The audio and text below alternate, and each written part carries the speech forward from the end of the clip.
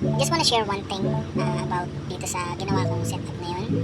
So basically, running in normal, makita kasi yun.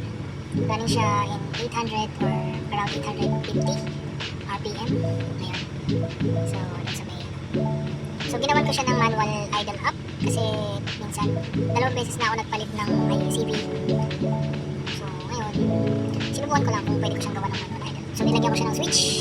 So, pag pinindot natin to, tataas yung minor niya.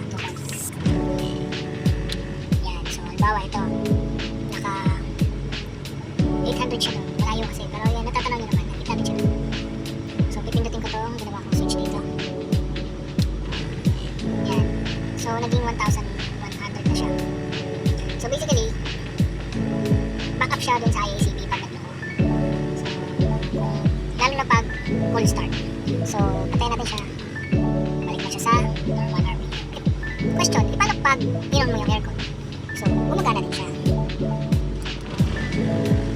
Yan. So, may sakto nga lang siyang 1 kasi aircon kasi yan eh. Pero gumagana na yan.